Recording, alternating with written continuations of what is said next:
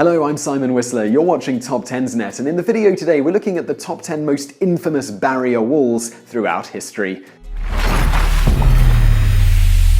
As long as there have been countries, there have been tensions with the neighbors. Sometimes this leads to war, other times it leads to peaceful negotiations, and sometimes the conflict leads to giant boundary walls. In the video today, we're looking at the most influential and intimidating of these. Let's get started. Number 10. Korean Demilitarized Zone.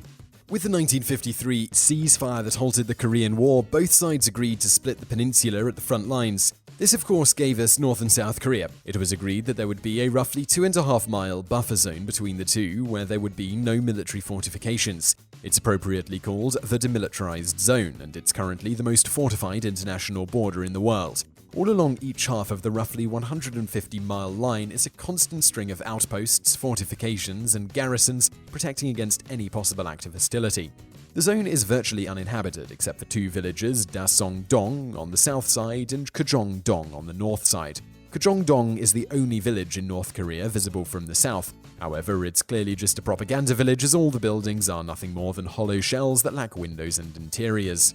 Also within the zone is the famous village of Panmunjom. There are no permanent residents there, as it serves as a meeting place between the two sides. The border actually runs through the buildings where the two sides meet. It even runs right down the middle of the conference table so the sides can stay on their half. The DMZ has evolved into a dual-purpose barrier. Initially, its sole purpose was to protect each side from invasion, but as conditions in North Korea got worse, the North beefed up security on their side to ensure defectors wouldn't be able to cross. A minor bright spot is that since the zone is virtually uninhabited, it's become a de facto wildlife sanctuary. Many species which were endangered have suddenly been able to thrive without humans around.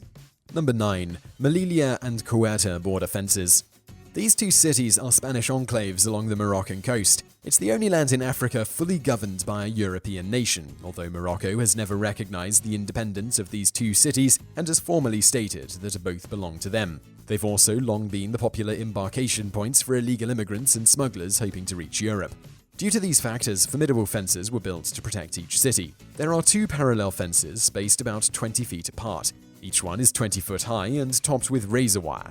The Melilla barrier is approximately 7 miles long and the Cueta barrier approximately 5. They're easily monitored and patrolled and are both lit up constantly at night. The European Union aided in the funding in the hope that it would deter illegal activity. Both have so far proven to be effective barriers, but they've increased tensions with Morocco, especially after 15 people died in a failed attempt to cross in 2005. Number 8. The Maginot Line. Shortly before World War II, France justifiably feared invasion from Nazi Germany. Since northeastern France borders with Germany, they dedicated a disproportionate amount of military resources to fortify that border. All along the Maginot Line, they built an elaborate series of bunkers, vehicle traps, guard towers, and other fortifications strategically placed to make an invasion from the powerful German military very difficult. Germany solved this problem by simply invading Belgium to the west and then entering France from the north. With so many of their military resources devoted to a now worthless barrier, France fell in just a few weeks. Many remnants of the Maginot Line still exist today. After all, none of them were ever damaged in battle.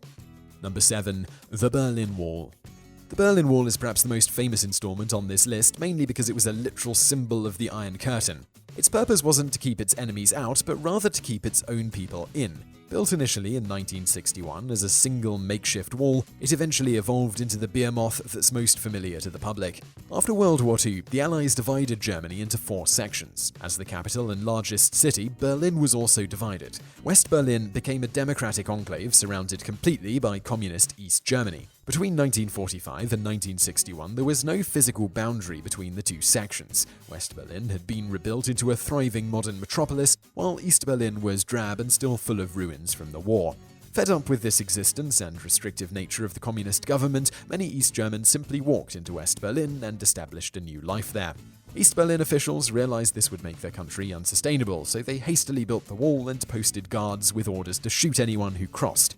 Since the structure was still fairly simple, many attempted the crossing anyway. Most were successful, but some were killed in the process. With each escape, upgrades were made until it became 2 walls separated by roughly 100 feet. Between the 2 walls was a zone ominously known as the Death Strip, a barren stretch of land filled with landmines, vehicle traps, and guard towers. Anyone caught there was shot on sight. The Berlin Wall went right through residential and commercial areas. It literally cut through buildings, down the middle of streets, even a church was left right in the middle of the death strip. Berliners were separated by less than half a football field, but were a world apart. There were some escapes over the years. Most involved creative ways to get over or under the wall or through the checkpoints. Getting through the barricade itself was nearly impossible. In 1989, when East German officials officially announced that travel restrictions would be reduced, Berliners on both sides of the wall took that statement literally and started destroying it. Within just a few weeks, the massive structure was completely gone. There are a few memorial remnants, but Berliners hated it so much they simply couldn't get rid of it quickly enough. Number 6. Hadrian's Wall. By the early 2nd century, the Roman Empire had expanded to include most of the island now known as Great Britain. In preparation for a visit from Emperor Hadrian, local officials and military leaders decided they weren't willing to risk an invasion from the northern barbarians, so constructed a wall approximately 80 miles long from the North Sea to the Irish Sea. Finding suitable materials in the barren landscape was no easy task, so it was primarily constructed from stone and earthen mounds. There were garrisons and outposts strategically placed along the route. It was arguably the most successful barrier on this list as there were no breaches. However, most historians agree that there was never really a serious threat either. Today, it's Northern England's most visited tourist attraction. Number 5. Australian Rabbit Fence. Not every barrier is intended to separate people. From an ecological point of view, Australia is very isolated. It's also a very harsh environment, so native species had to develop resources for defense and competition. Long story short, there are a lot of species in Australia that can kill you. But the one species that's been most destructive isn't one we would consider dangerous, and nor is it native to Australia. In the late 1800s, someone had the brilliant idea of bringing rabbits to the country. Anyone who's ever had a garden knows that rabbits will eat almost any vegetation. Likewise, anyone who's ever heard the expression breeding like rabbits knows, well, you get the idea. The rabbits quickly spread all over eastern and central Australia and were devouring what little vegetation there was. People on the west coast knew that it was just a matter of time before they would be there, and they would consume the small but fertile farmland available to them. Knowing that attempts to exterminate them had proven futile, they came up with the next logical step: a fence across the entire continent to keep them where they already were. So a nearly 1,200-mile fence was built in the early 1900s. Virtually the entire length of the fence runs through uninhabited areas, and maintenance has proven to be quite a challenge. It's the most benign barrier on this list, as it's only about 5 feet tall and made from steel mesh. To anyone who happens to come across it, it would appear to be nothing more than a normal property fence. Many rabbits have found their way through the fence, but not enough to be considered an infestation. The fertile fields of Western Australia have been producing well for the past 100 years, making this seemingly ridiculous idea one of the most successful in this video. Number 4. Israel West Bank Border Fence. Anyone who's read the news at least once in the past 70 years knows that Palestinians were displaced for the creation of the State of Israel. Most Palestinians are now living in the West Bank and Gaza Strip. This, of course, has resulted in a great deal of tension between the two sides. No country devotes more of its GDP to preventing terrorism than Israel. Finally fed up with the attacks, in the 90s they proposed walling off the occupied Palestinian territories. Today the wall is mostly complete and is arguably the most imposing on this list. In urban areas, a concrete wall stands as high as 26 feet. In rural areas, it's mainly a 10-foot-high chain-link fence topped with razor wire. When fully complete, it will stretch for more than 300 miles and be fully monitored and patrolled. To say this has increased tensions a bit is a bit of an understatement. Palestinians have stated that they feel like prisoners, and the decision to build up the wall has drawn considerable criticism from the international community.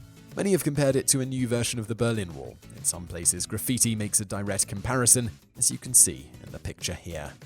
Number 3. Great Wall of China. It's actually the Great Walls of China, as there were several versions built in different areas over the course of 2,000 years. Most sections are fairly simple and only a few feet high, providing nothing more than a basic barrier to protect China from Tatar tribes to the north. The wall that everyone knew was built in the 14th century during the Ming dynasty and is an imposing structure ranging from 15 to 30 feet high, with guard towers spaced every few hundred feet. The most famous section runs through the town of Jingshaling, where it's been completely restored to its original state. This is the closest point to Beijing, making it a popular tourist destination. As you get just a few miles away from Jingshaling, the wall begins to look like it's 700 years old. In many places, it's falling apart due to natural decay and has been scavenged for materials by locals over the centuries. As you go farther west, it's either unrecognizable or simply gone. While it's still impressive, in its heyday, it was easily the most formidable structure on Earth. All told, the walls stretch about 4,500 miles. And no, it's not visible from space. Number 2. US-Mexico border fence. In 2006, the United States Congress passed the Secure Fence Act, which approved the building of a fence along the border with Mexico to curb illegal immigration and drug smuggling. Bear in mind that this is a nearly 2,000-mile border, most of which is rural desert. It's not an electrified fence, nor does it have any traps or even alarms. It's mostly made of material that's difficult to climb, but you can just bring a ladder. So in order to be fully effective, it requires near constant surveillance at all points, which is a daunting task. Even if there were cameras surveying the entire length, jumpers would likely be long gone before dispatched border control officers could arrive on the scene. A fragile ecosystem with a fence in the middle can also make it difficult for migrating animals, because they don't really care about international borders. Finally, as the fence approaches the Gulf of Mexico along the Rio Grande Delta, a decades-old treaty with Mexico prohibits building in the floodplain.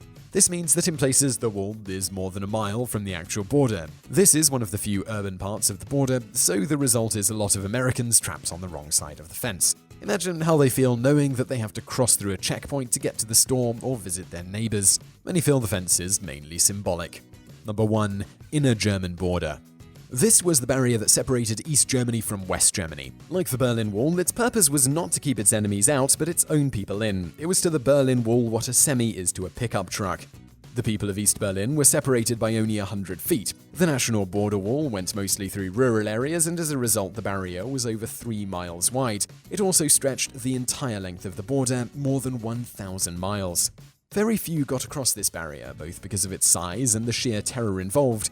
First, there was a modest fence which separated the 3-mile border zone. There were some towns and farms within the border zone, but those who were permitted to live there could only travel to their home, with no other travel within the zone permitted. Of course, why would you want to travel, considering that within the zone there were guard patrols, tripwires, booby traps, vehicle traps, and landmines?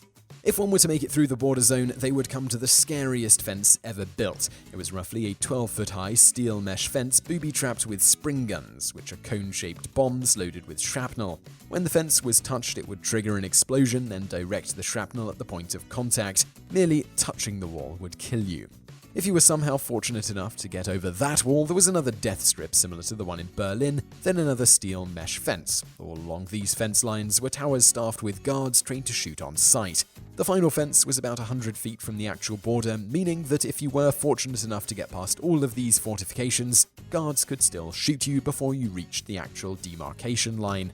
Sadly, a handful of people that close to freedom did meet that fate. Like the Berlin Wall, Germans couldn't get rid of it fast enough. Like the Korean DMZ, it also created a unique natural habitat, and even today, much of the land is preserved for nature. So I really hope you found this video interesting. If you did, please give us a like below, it helps out. And don't forget to subscribe for other videos just like this. Also, over there on the right, a couple of other videos you'll probably enjoy if you enjoyed this one. One is the top 10 movies that changed the world. And below that, we've got the top 10 evil actions by usually nice countries. That's a really popular one, so I'd recommend checking out the evil actions video. And don't forget to subscribe, don't forget to like, and thank you for watching.